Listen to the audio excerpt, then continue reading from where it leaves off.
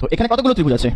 1 2 3 4, 4 into 2 8খানা। একইভাবে 1 2 3 4 5 6, এখানে মোট 12খানা ত্রিভুজ। 1 2 3 4 5 6 7 8, এখানে মোট 16খানা ত্রিভুজ।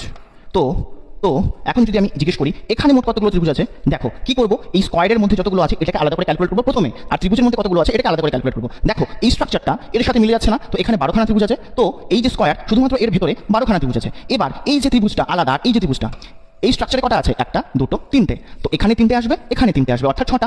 আর কি হবে, এবার স্কোয়ার আর ত্রিভুজ মিলিয়ে দেখো, স্কোয়ার আর ত্রিভুজ যদি মিলাই দেখো একটা স্ট্রেট লাইন হচ্ছে না, তো এখানে একটা ত্রিভুজ হচ্ছে, এখানে একটা ত্রিভুজ হচ্ছে, মানে আরো এক্সট্রা দুটো হচ্ছে।